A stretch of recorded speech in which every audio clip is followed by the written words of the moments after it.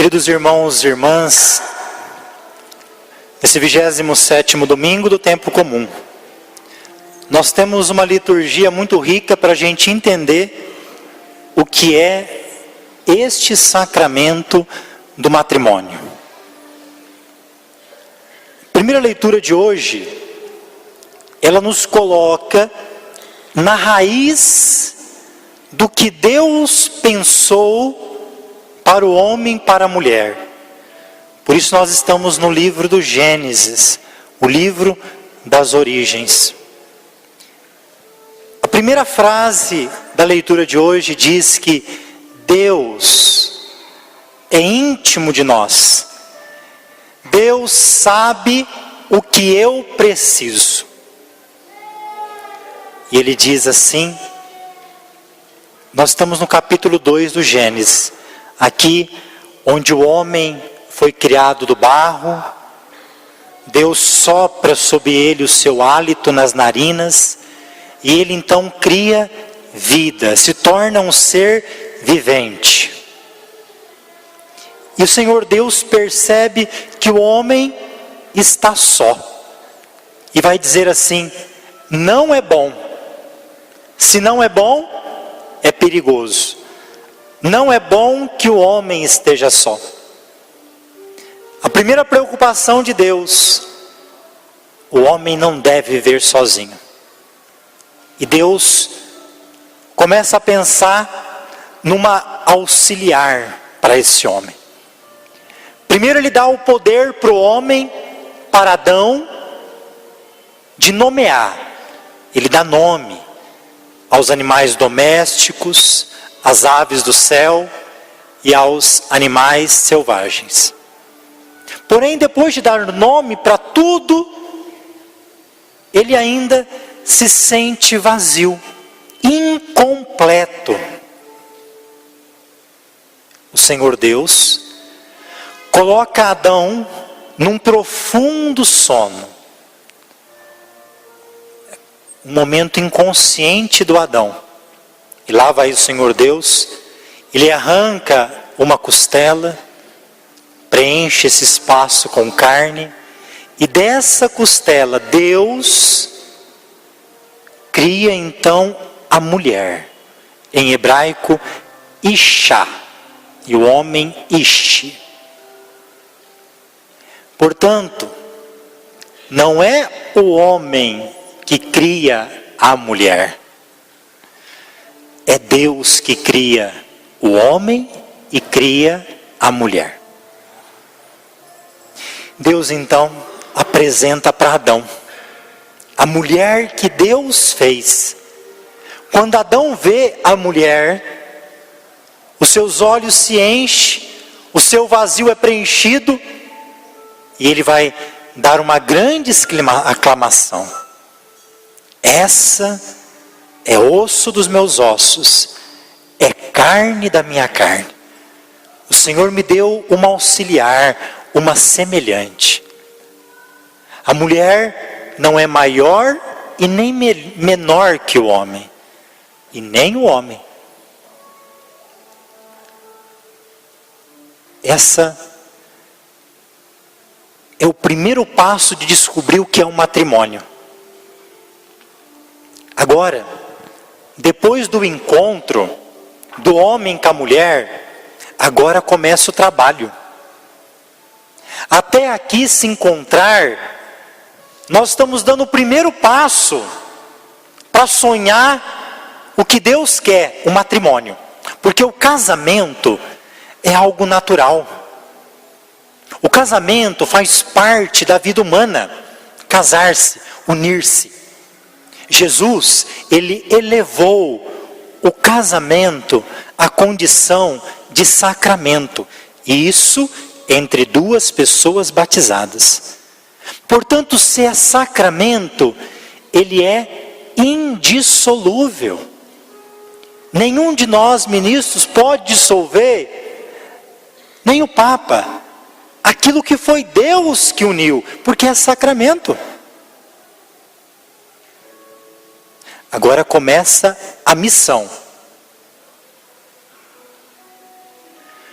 O homem e a mulher deixará o seu pai, deixará a sua mãe e se unirão, formarão uma só carne. Essa é a missão do casado. Unir-se e formar uma só carne. Já não são dois, são um. Portanto, se um sofre, o outro sofre. Se é festa para um, deve ser festa para o outro.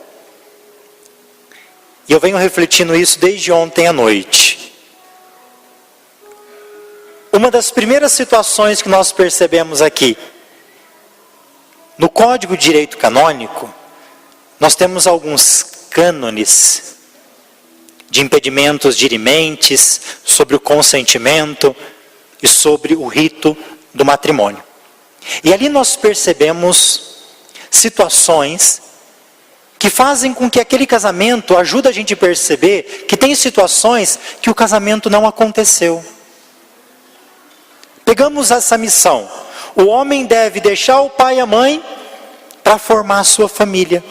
Eu venho dito esses dias, quantos casados no nosso tempo atual que têm se unido em matrimônio, vem aqui na igreja, diante da testemunha qualificada que é o padre, diante dos celebrantes que são os dois, o noivo e a noiva, diante das testemunhas que nós chamamos de padrinhos, com a banda, com tudo.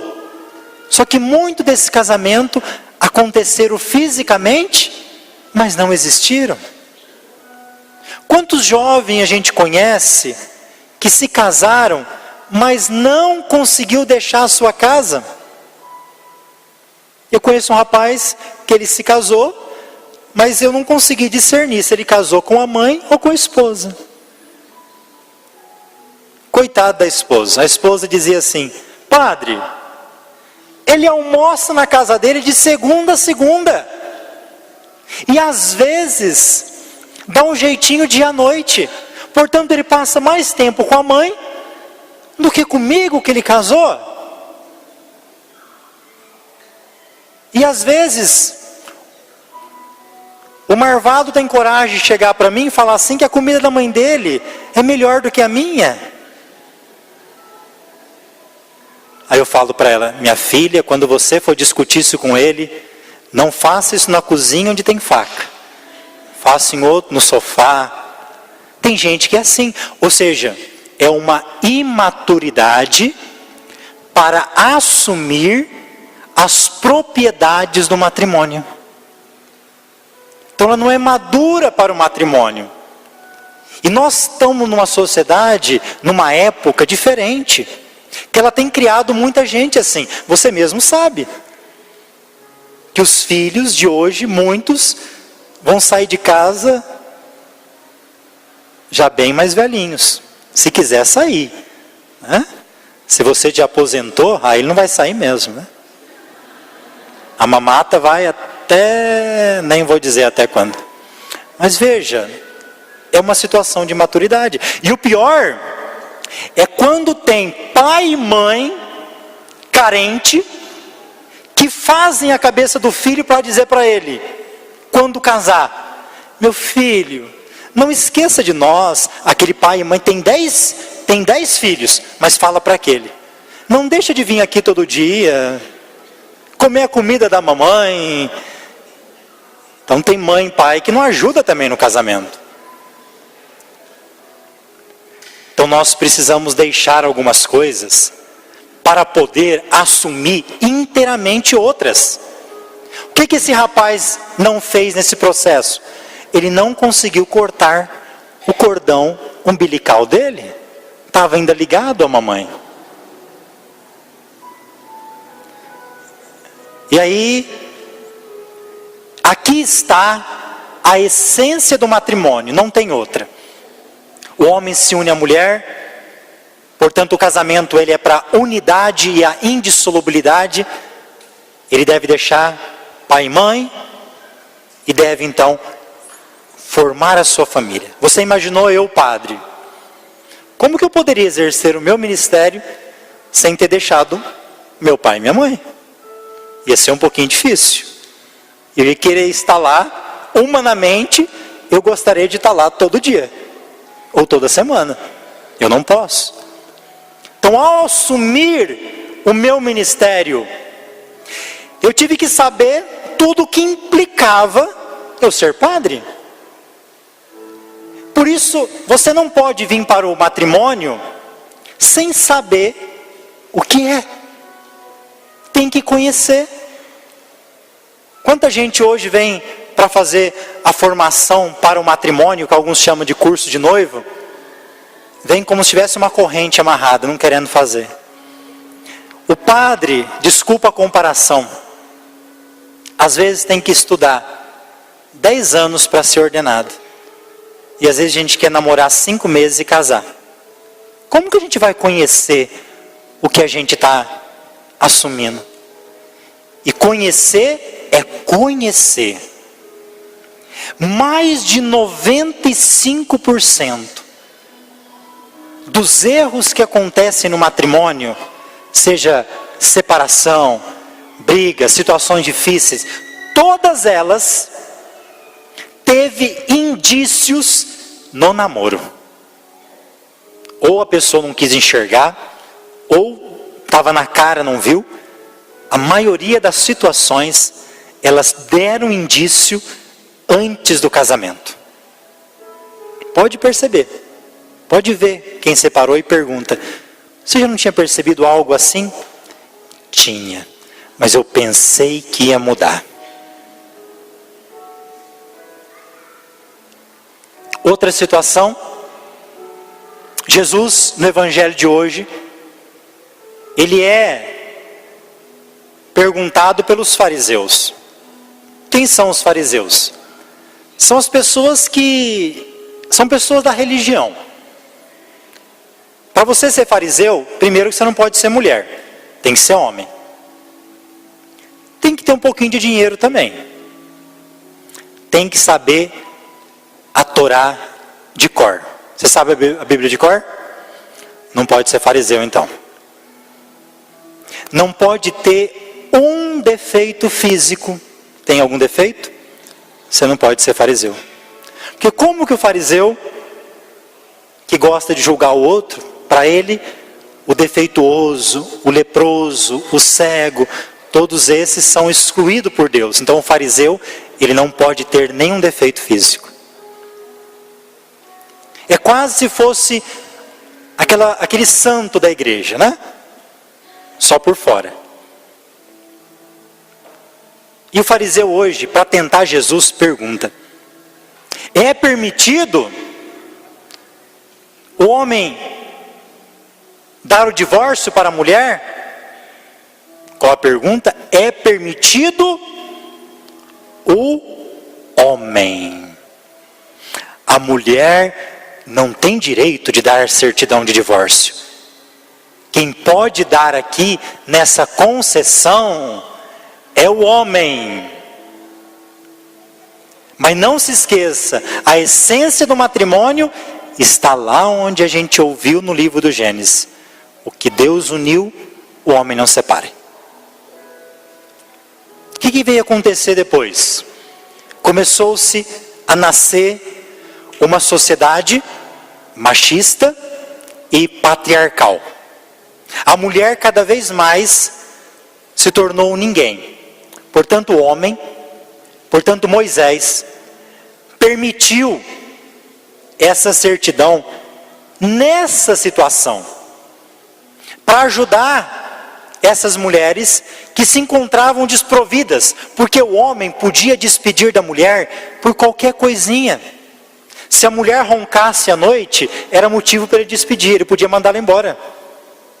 Se a mulher queimasse o arroz, e se ele gostasse de arroz, podia mandá-la embora. As coisas mais, não vou poder dizer mais bestas, o homem podia dar uma carta de divórcio. Ele podia até ter as suas traições, era abafado. A mulher, se era pega em adultério, podia ser até apedrejado.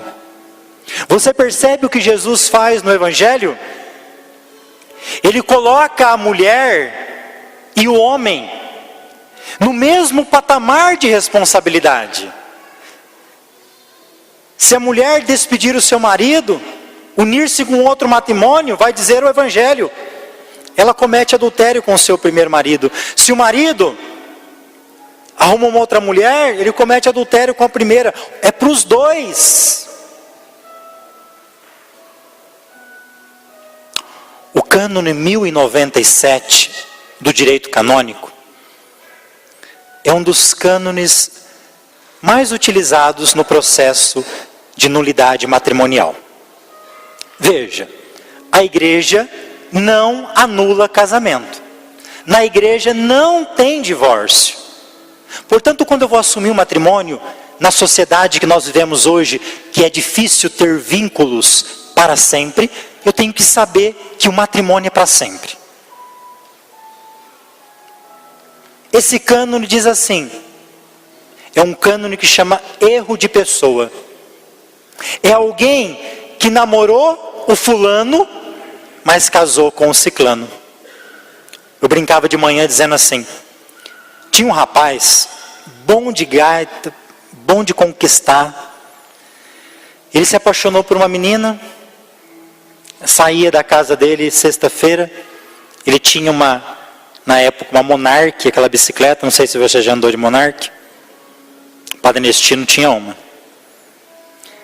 Só que ele, galanteador, não falou que ele tinha uma bicicleta.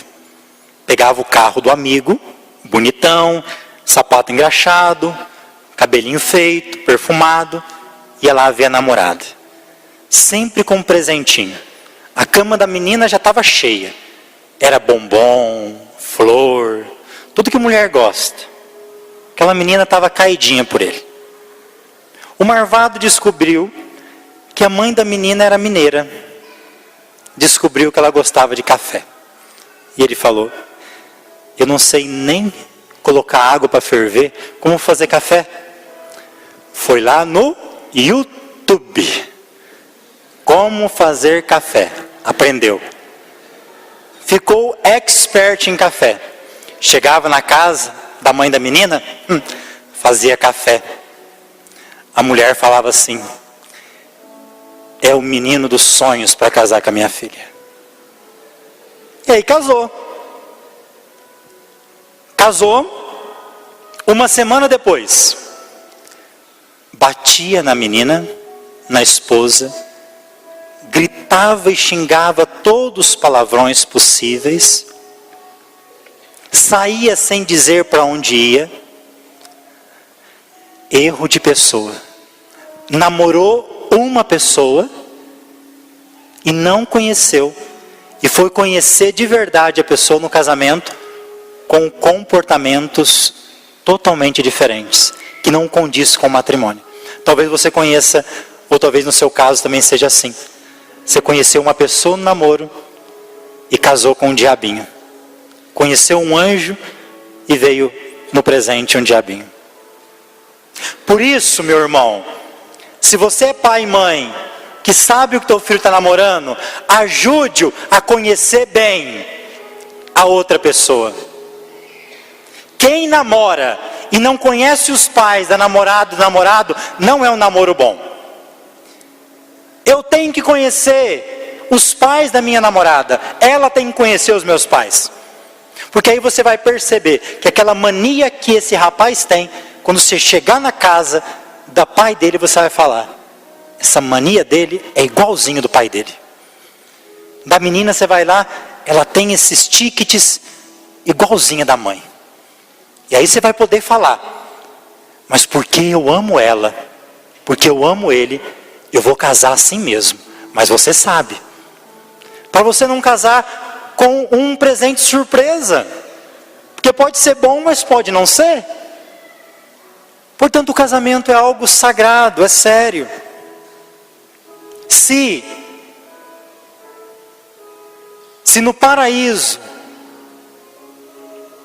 Deus tinha dado toda a liberdade para Adão e Eva, e eles não respeitaram essa liberdade, desobedeceram a Deus, ao comer do fruto proibido. Ali, na cruz, quando jorra sangue e água, ali é o casamento do esposo Jesus com a esposa igreja. É ali que está também o fundamento do matrimônio. Jesus que deu a vida por nós. Jesus que restaura a infidelidade dos nossos primeiros pais, Adão e Eva.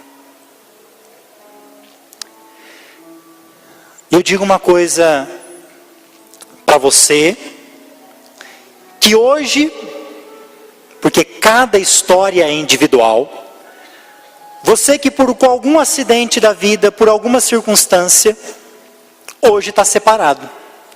Vive um outro relacionamento, vive em segunda união. Meu irmão, você, mais do que nós que estamos aqui, você que vive com outra pessoa que não é do seu primeiro matrimônio, mais do que nós, você nunca deve deixar de abandonar a igreja. A sua fé, o seu batismo, pode te levar à salvação. É na igreja que Cristo vai te alimentar com a palavra. É aqui que você vai ser alimentado pela adoração, pela comunhão eucarística. E tendo uma vida de uma pessoa caridosa, honesta, Deus vai continuar te abençoando, porque a tua história a gente tem que ver de perto para saber cada situação. Mas Deus tem misericórdia. Mas eu tenho que falar as verdades do matrimônio, para você que está entrando ou começando, saber o que é. Porque muita gente casou-se sem saber o que é um matrimônio. Casou-se igual um casamento civil, pensando que podia separar a qualquer momento, e não é assim. Outra situação que eu tenho deparado demais, triste, que para mim, não estou falando agora em nome da igreja, é meu nome. Para mim, pai e mãe que vive assim, vai para o inferno. Nossa, né? Vou dar um exemplo de como vai para o inferno. Eu conheço casais que separaram. E normalmente, os filhos ficam com a esposa. Alguns finais de semana, essa criança ia passar o final de semana com o pai. A marvada da mãe fazia assim com a criança: você vai lá com seu pai, eu quero que você investiga tudo o que ele está fazendo. Veja se ele tem namorada, se der, veja até o celular dele. O seu pai era um traste, viu, menina? Ela vai. Chega lá, o pai fala assim: o que a sua mãe tem feito? Os dois já estão com outro relacionamento. E começa a fazer a caveira da mãe para aquela menina. Meu irmão, se você separou-se, se isso aconteceu na sua vida, você não tem direito de fazer isso com os seus filhos. Quem mais sofre numa separação, que eu tanto tenho atendido, são os filhos. E hoje tem acontecido separação muito rápida. Sendo muito rápida, nós temos visto crianças muito pequenas vivendo a separação. Criança muito pequena, que até então ele sabia que o pai e a mãe dele moravam junto, que o pai e a mãe dele viviam juntos.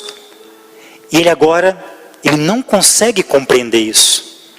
Crianças muito pequenas tendo que dar com emoções, com sentimentos, com desafios de adultos.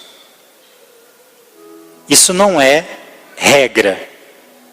Mas muitas dessas crianças que nós estamos percebendo, que estão passando da fase da criança para a adolescência, vivendo essa separação com esse peso psicológico, têm chegado na adolescência e na juventude muito frágeis, inseguras, carentes em vários sentidos, desenvolvendo medos muito grandes. E eu não vou entrar aqui em questões de tendências que podem influenciar. Então, muito cuidado. A separação não envolve só você, envolve muita gente. Mas se aconteceu, não faça isso com os filhos. Que mesmo separados, eles possam saber quem é o pai e quem é a mãe, e dar amor. E você que é casado, meu irmão, que namorou pra caramba, não esquece que casar-se não é para esquecer o namoro. Casar-se é para que o casamento fosse mais namoro ainda. Você é pai, mas você também é esposo. Você é mãe, mas também é esposa. Tem gente que casa e só vive rotina. Acorda, fogão, fogão, casa, escola, criança, fogão, trabalho. Não, o casamento é mais do que isso. Deus quer ver você feliz. Tenha sim, os momentos com os filhos é quase 24 horas, mas tem um momento de vocês. Eu dizia assim, tem tanto marido e mulher aí, que está casado há muito tempo, não conhece nem mais a mão do outro, se tem calo, se está machucado ou não. Conhece as outras partes do corpo, mas não conhece mais o cheiro da mulher, do marido. Antigamente a mulher entrava, já sabia, aquele perfume é minha esposa. E às vezes a tua mulher está reclamando, porque nem banho você toma mais.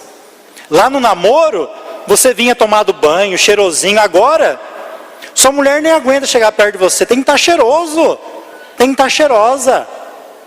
Senão ninguém aguenta. Tem que tomar uns banhos de vez em quando. Mas vou te dizer a coisa mais importante dessa homilia. Quando acontecem situações de separação, quando padres deixam seu ministério, o primeiro fato, não é porque você está brigado com seu marido ou seu marido com você. A primeira coisa que acontece é quando você deixa Deus de lado. Quando eu deixo Deus de lado no meu ministério, quando eu me afasto das minhas orações, dos meus momentos, eu corro um grande risco de cair na minha vocação. Quando você casado entra na casa e coloca Deus para fora, não reza mais, não se ajoelha mais para pedir para os seus filhos, não senta mais na mesa em família e abençoa o alimento, pode ter certeza. O Evangelho de Mateus vai dizer assim: a casa construída sobre a rocha, pode vir tempestade, que ela não vai cair, mas a casa cujo alicerce é areia, qualquer tempestade te leva embora. Então se pergunte, Deus ainda é o alicerce do seu matrimônio, da sua casa?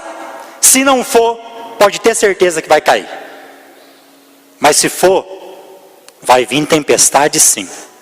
Porque hoje a família é a coisa mais ameaçada no mundo. Porque agredindo a família, pode deixar-se de ter padre, porque o padre vem da família. Agredindo a família, teremos os piores profissionais e políticos do mundo. Quando a família vai mal, o mundo vai mal. Sente-se mais com a sua família. Perceba-se melhor. Resgate a sua família. Esse é o plano que Deus tem e quer.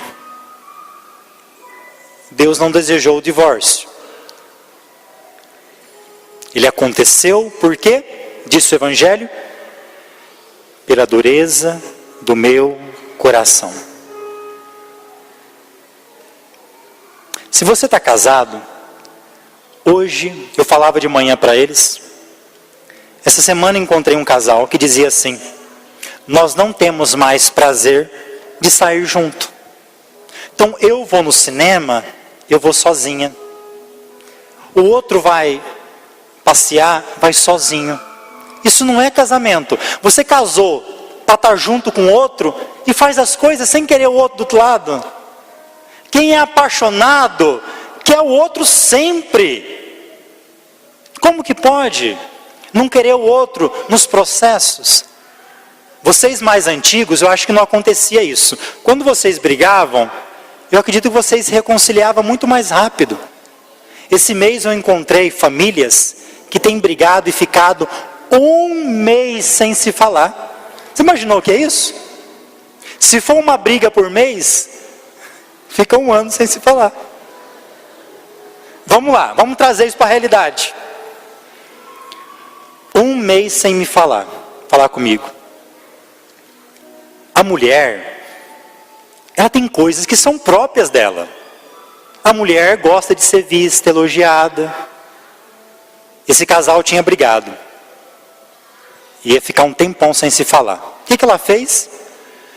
Eu vou cortar o cabelo, para ver se ele me enxerga. Que a mulher, quando corta o cabelo ou tinge, você homem tem que falar para ela: nossa, você cortou o cabelo. E falar assim: como ficou bom. E essa mulher pegou e cortou. Passou na frente dele umas 3 vezes. Nada dele ver. Passou 1 semana. Passou 2. Aí o que ela fez? Estava lá no serviço. Tristinha, né? Tem vezes que a gente força também, né? A gente faz uma carinha de triste pro outro vir perguntar pra gente. Estava lá no serviço assim, triste. Aí veio um rapaz e perguntou: o que você tem? Meu marido não fala mais comigo. Aí o cara falou: nossa, você é tão bonita, e ele não fala mais com você? Deu a mão e saiu os dois. Aí você deduz para onde foi. Já o rapaz, 1 mês sem se falar. O homem é mais prático, né? O que ele fez? Não está falando? Facebook. Fazia um tempão que não entrava. Entrou, postou uma foto sem camisa. Esperou as curtidas. Aí ele via lá: essa aqui só curtiu. Aí viu uma lá que colocou um coração. Aí, vou chamar essa que colocou o coração para conversar. Ela começou a elogiar ele. Então tudo aquilo que ele não ouviu em casa, ele ouviu no Facebook. Pegou, marcou um encontrinho. Você também pode terminar a história do jeito que você quer. Não deixe o seu casamento chegar nesse ponto. Tenha um alicerce sólido, que é Jesus. Louvado seja nosso Senhor Jesus Cristo.